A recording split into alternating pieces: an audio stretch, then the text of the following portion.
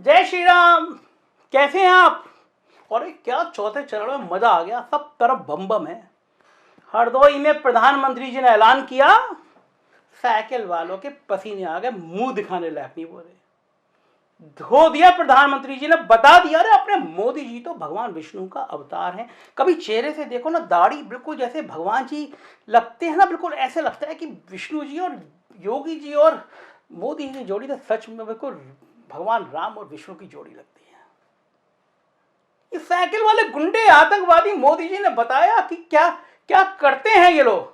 सुनिए जरा मोदी जी ने क्या कहा। शायद ही पहली बार आतंकवादियों ने धमाका किया होगा, वहां भी काफी लोग मारे गए,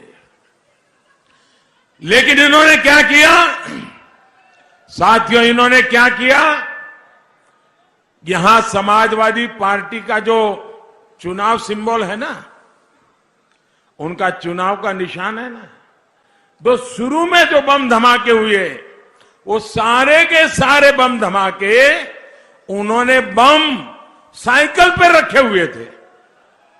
अब देखिए, साइकिल पे बम रखे हुए थे और जहां लोग सब्जी वगैरह खरीदने के लिए आते हैं वहीं साइकिल पार्क करके चले गए थे और एक समय चारों तरफ ये साइकिलों पर रखे हुए बम धमाके फूटे।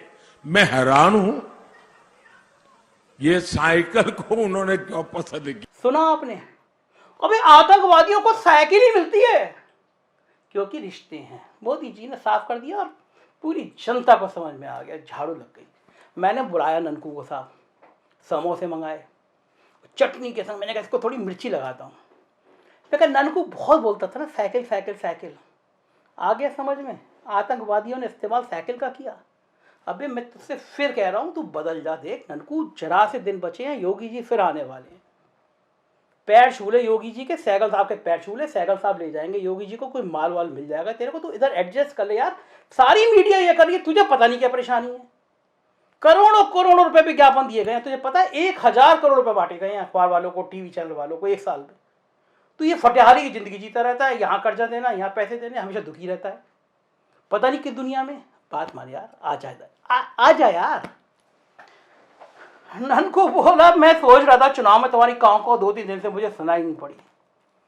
कैसे तुम हो यार, और तुम्हारा कैसा प्रधानमंत्री है। इस देश में केवल 10 या 12% लोग ऐसे होंगे जो कारों से और हवाई जहाज से चलते हैं। इस देश की 85% जनता साइकिल से चलती है। जब पहली बार कोई व्यक्ति, छोटा बच्चा हो, बड़ा बच्चा हो, किसान हो, मजदूर हो, अगर जिंदगी में पहली बार कोई गाड़ी खरीदने की सोचता है तो वो साइकिल होती है। 80% जनता आज भी साइकिल पे चलती है।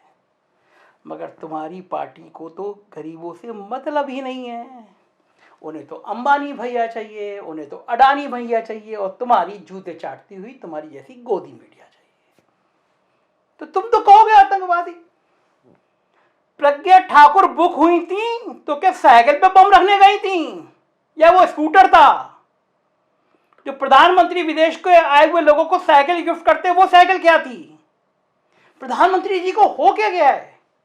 उत्तर प्रदेश हाथ से निकल रहा है, सबको पता है।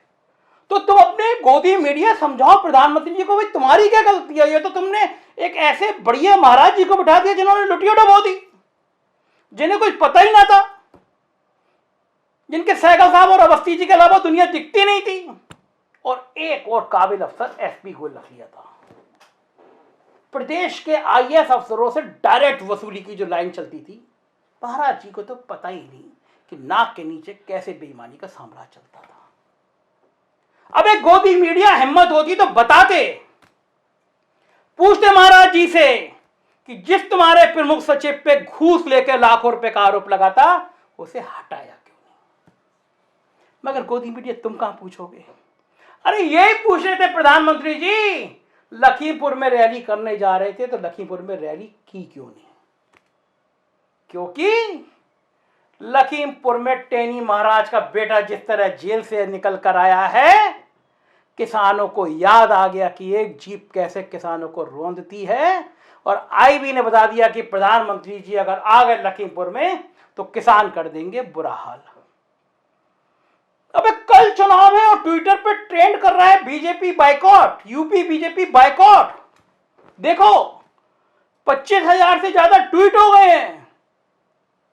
ये जो कंपनी ब्रांडिंग की रखी है सिल्वर टच टाइप की, करोड़ों की डील की है सूचना विभाग ने, ये बचा नहीं पा रही है। Boycott UP BJP boycott trend चल रहा है। देखो गोदी मीडिया हवा निकल गई है, हवा। ना मई जून में पसीना आ रहा है, ना शिमला बन रहा है और ना चर्बी उतर रही है। बेटा 10 मार्च को चर्बी तो उतरेगी कुछ लोगों की गोदी मीडिया, उसमें तुम भी हो। इस देश की जनता जब खड़ी होती है गोदी मीडिया, तो कोई अंबानी और अडानी बचा नहीं पाता है। खरीद लो चैनल जितने खरीदने हैं, दिखा दो अपनी शक्ल जितनी दिखानी है।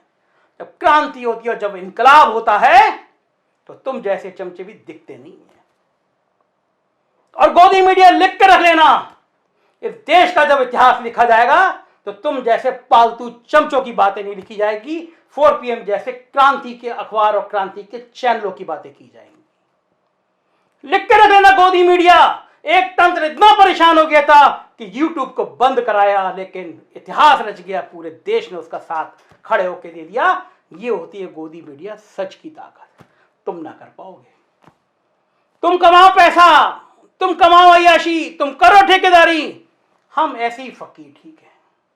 मां सरस्वती हमें ताकत दे, हमारी कलम सच लिख के और हमारी जबान सच बोले। हमें गोदी मीडिया तुम जैसा चमचा, तुम जैसा चाटुकार, तुम जैसा दुम हिलाने वाला कुत्ता कभी नहीं बनना है। ननकू निकल रही यहां से। अरे यार आदमी है, पजामा है, हर समय आऊ बोलता रहता है, फालतू की बात करता रहता है। किनके लिए कह रहा है? योगी जी मोदी जी के लिए? भगा दिया साहब मैंने। योगी जी मोदी जी, मैं इसकी ननकू की तरफ से, इसकी बदतमीजी की तरफ से मैं क्षमा मांगता हूं। ये कुछ भी कहे, जनता जो है ना वो आपको बिल्कुल भगवान मानती है। बात मत सुनना इसकी। लेकिन मोदी जी वो साइकिल वाली बात ना कहते तो ठीक था। माहौल खराब हो गया साइकिल वाली बात से, मतलब प्रचार भी हो गया। हम तो देखो आपके भक्त हैं, मतलब आप हमसे कहोगे कि हाँ जूते उठा के सिर पे मारो तो हम जूते उठा के सिर पे मारेंगे। हमें अंधभक्त कह लो, गोबर गणेश कह लो, कोई कह लो, हम भक्त हैं आपके। लेकिन माहौल ख़राब हो गया उससे। थोड़ा संभाल लोगे मोदी, आप संभाल तो लोगे। हमने कुछ लोगों ने कह दिया कि वो ऐसी गलती से क्या कहते हैं, ऐसी ना। हम ठीक संभाल लिया मोदी जी। अगर योगी जी ना आए ना, हम गोमती में कूद जाएंगे। कसम मोदी जी, आपकी कसम खा रहे हैं हम योगी जी की कसम खा रहे हैं, गोमती में कूद जाएंगे अगर योगी जी मुख्यमंत्री ना बने। जय श्री राम।